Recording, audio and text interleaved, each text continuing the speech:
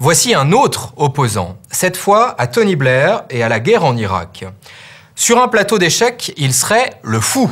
Il s'appelle Brian Howe. Depuis 5 ans, il campe devant le Parlement de Westminster à Londres.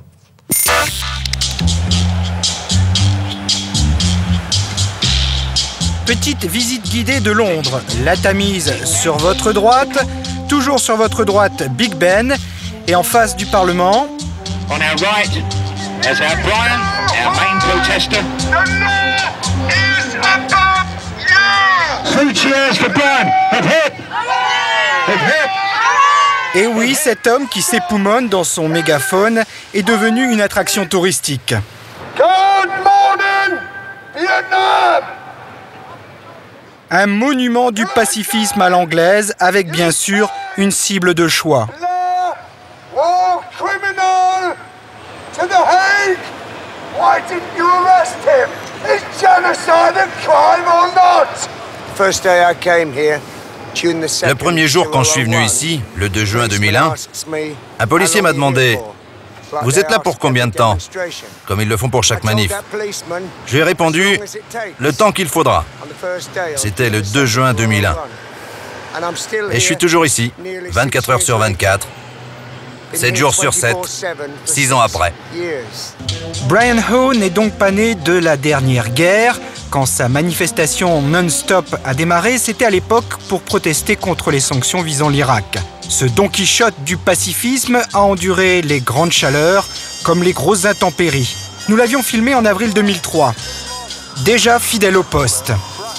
À l'époque, il menait son combat en solitaire. Depuis, d'autres l'ont rejoint. Depuis aussi, l'ordinaire de Brian s'est très nettement amélioré. This was my home. C'était ma maison ici. Pendant plus de 5 ans, je dormais ici, sur le trottoir, sous cette bâche. Pendant plus de 5 ans. Et maintenant, j'ai une très belle maison. Mais Brian se sent un peu à l'étroit sur son trottoir.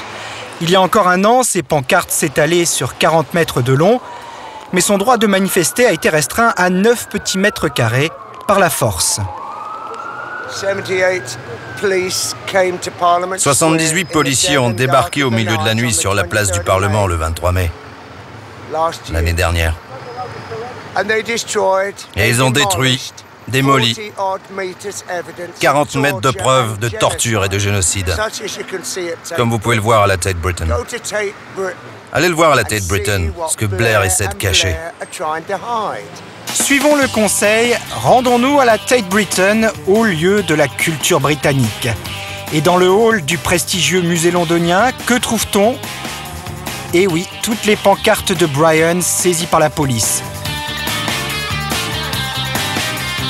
Enfin, ce n'est pas tout à fait exact.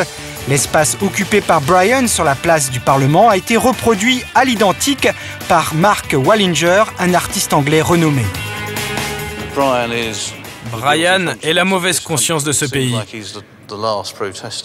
C'est le dernier grand opposant. Ils ont voté une loi en 2005 pour interdire les manifestations spontanées dans un rayon d'1 kilomètre autour du Parlement.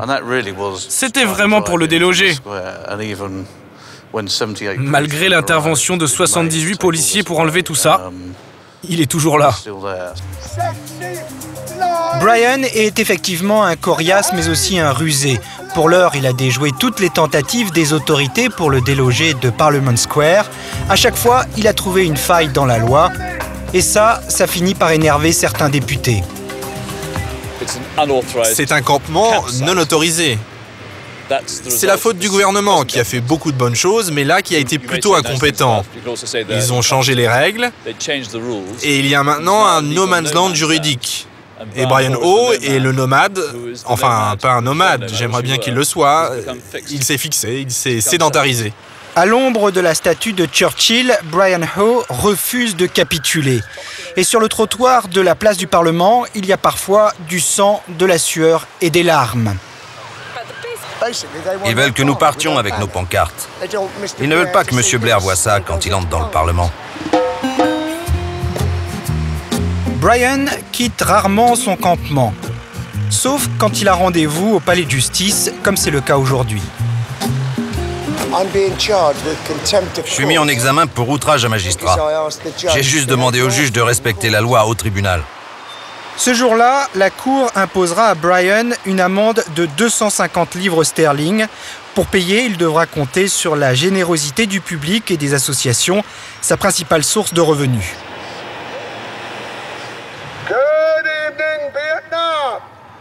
Sur ces guerres qui font tant de victimes innocentes, Brian est intarissable. Sur sa vie privée, beaucoup moins. Ce chrétien fervent, père de 7 enfants et séparé de sa femme, il n'est plus vraiment en contact avec eux. Avant de prendre racine devant le Parlement, Brian a bourlingué à travers le monde. Il était dans la marine marchande. Aujourd'hui, à 57 ans, il aimerait bien lever l'ancre de son foutu trottoir. Je souhaite de tout mon cœur partir d'ici. Parce que si je m'en allais, ça voudrait dire que c'est fini. Et que ce serait fini pour moi. Et si je devais mourir ici, qu'il en soit ainsi. Je sais où j'irai. Et pour le manifestant le plus obstiné du royaume, commence ce soir la 2175e nuit sur la place du Parlement. La guerre en Irak, c'est le gros point noir dans le bilan de Tony Blair, qui s'apprête à quitter le pouvoir. Il y a quelques semaines, dans Zoom Europa, nous avons dressé un bilan sur le fond des années Blair. Cette semaine,